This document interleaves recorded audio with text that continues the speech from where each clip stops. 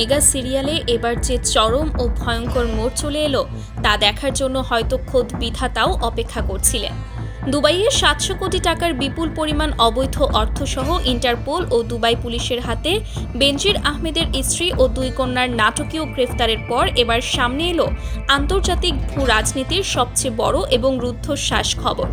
চারদিকে এখন একটাই প্রশ্ন, বেনজির আহমেদ এবং তার পরিবারকে কি বাংলাদেশে ফেরত পাঠানো হবে, নাকি বাংলাদেশের মাটিতে পা রাখার আগেই দুবাইয়ের কঠোর ও অনমনীয় আইনের প্যাঁচে পড়ে সপরিবারে ফাঁসির দড়িতে ঝুলতে যাচ্ছেন সাবেক এই দুর্দণ্ড প্রতাপশালী আইজিপি।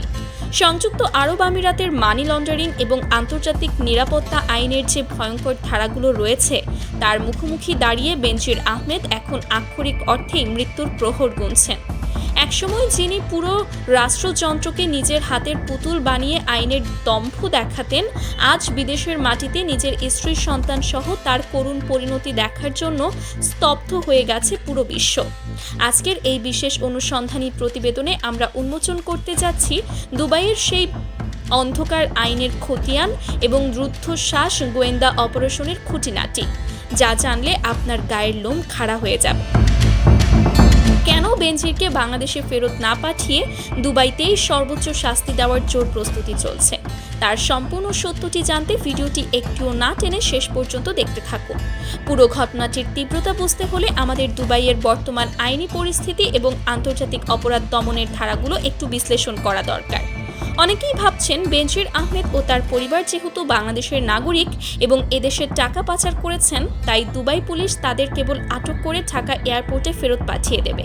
কিন্তু আন্তর্জাতিক আইন বিশেষজ্ঞরা বলছেন হিসাবটা এখন আর এত সোজা নয়।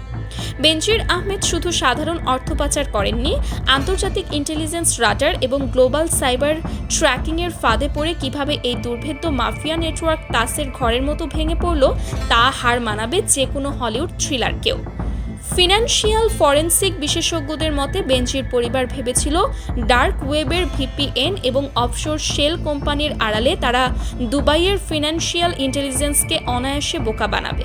কিন্তু তারা জানতো না তাদের প্রতিটি ডিজিটাল ফুটপ্রিন্ট, প্রতিটি ক্রিপ্টো ট্রানজ্যাকশন এবং হুন্ডি সিন্ডিকেটের গোপন কল রেকর্ড আগে থেকেই ইন্টারপোলের কড়া নজরদারিতে ছিল।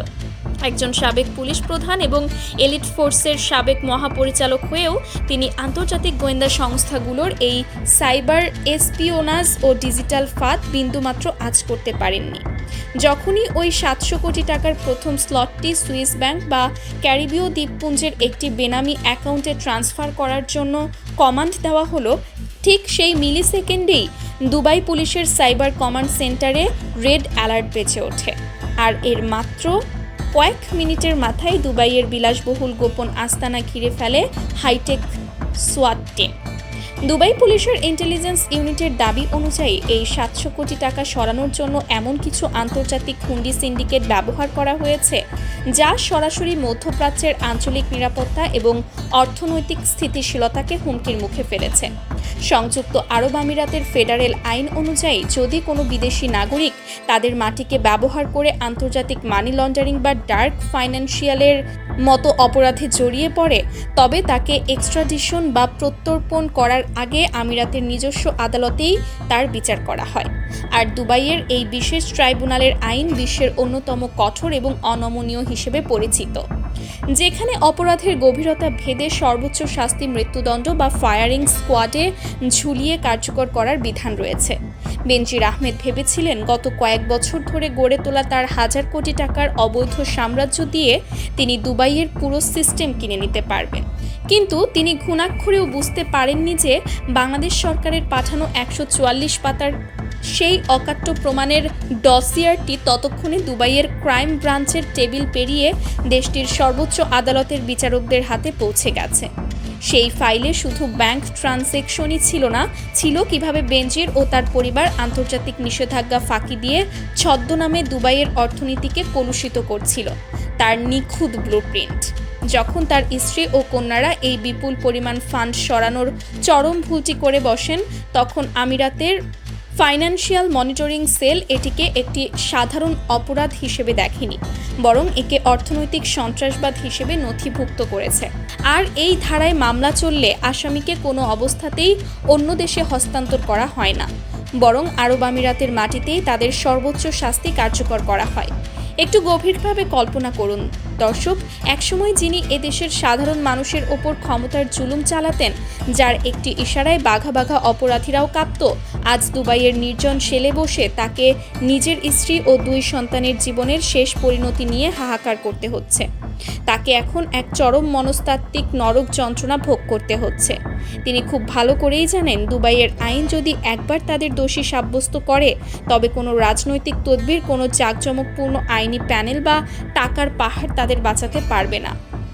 হয় তাকে সপরিবারে বিদেশের মাটিতে এক চরম অপমানজনক ও ভয়ঙ্কর মৃত্যুদণ্ডের মুখোমুখি হতে হবে, আর নয়তো নিজের সমস্ত অপরাধ স্বীকার করে পুরো 700 কোটি টাকা দুবাই সরকারের কোষাগারে মুচলেকা দিয়ে বাংলাদেশের কেরানীগঞ্জের অন্ধকার শেলে ফিরে আসার জন্য মিনতি করতে হবে। ক্ষমতার দম্ভে অন্ধ হয়ে যাওয়া মানুষটি আজ বুঝতে পারছেন, পৃথিবীর কোনো মাফিয়াই আইনের হাত থেকে চিরকাল পার পায় না। আজকের এই ঐতিহাসিক পতন দেখে এদেশের হাজারো ভুক্তভোগী মানুষের চোখের পানি যেন আজ শান্তিতে রূপ নিয়েছে। ক্ষমতার শীর্ষে বসে এই মানুষটি যেভাবে সংখ্যালঘু সম্প্রদায়ের জমি জবরদখল করেছিলেন, ভয়ভীতি দেখিয়ে বিলাসবহুল রিসোর্ট বানিয়েছিলেন এবং সাধারণ মানুষের দীর্ঘশ্বাসকে বুড়ো আঙুল দেখিয়েছিলেন, আজ সেই মজলুমের প্রতিটি আর্তনাদ যেন তাকে আন্তর্জাতিক আদালতের কাঠগড়ায় তাড়া করে বেড়াচ্ছে। যে টাকার লোভে তিনি হাজারো মানুষের কান্নাকে উপেক্ষা করেছিলেন, আজ সেই 700 কোটি টাকাই তার এবং তার পুরো পরিবারের গলার ফাঁস হয়ে দাঁড়িয়েছে। বাংলাদেশ সরকারও এই বিষয়ে স্পষ্ট অবস্থান নিয়েছে। স্বয়ং প্রধানমন্ত্রীর কার্যালয় থেকে এই মেগা কেসটি মনিটরিং করা হচ্ছে এবং কূটনৈতিক মহলের মাধ্যমে দুবাই কর্তৃপক্ষকে স্পষ্ট বার্তা দেওয়া হয়েছে যেন এই আন্তর্জাতিক অপরাধীদের বিন্দুমাত্র ছাড় না দেওয়া হয়। দর্শক, ক্ষমতার অন্ধকার আর হাজার হাজার কোটি টাকার এই অবৈধ সাম্রাজ্যের এমন নারকীয় ও চরম পরিণতিকে আপনি কিভাবে দেখছেন? আপনার কি মনে হয়, বেনজির ও তার পরিবারকে বাংলাদেশে ফেরত এনে বিচার করা উচিত, নাকি দুবাইয়ের কঠোর আদালতেই তাকে ফাঁসির দড়িতে ঝোলানো উচিত? দুর্নীতিবাজ আদালতের জন্য এই ঘটনা কি একটি চূড়ান্ত ও ঐতিহাসিক সতর্কবার্তা? আপনার অত্যন্ত সুচিন্তিত এবং কড়া মতামত আমাদের নিচে কমেন্ট বক্সে বিস্তারিত লিখে জানান। ভিডিওটি ভালো লাগলে একটি লাইক দিন এবং আন্তর্জাতিক রাজনীতি ও আইনের এমন সব রুদ্ধশ্বাস মেগা ডকুমেন্টারি সবার আগে পেতে আমাদের চ্যানেলটি এখনই সাবস্ক্রাইব করে পাশে থাকা বেল আইকনটি বাজিয়ে রাখুন। সত্যের পক্ষে থাকুন, আমাদের সাথে থাকুন। ধন্যবাদ সবাইকে।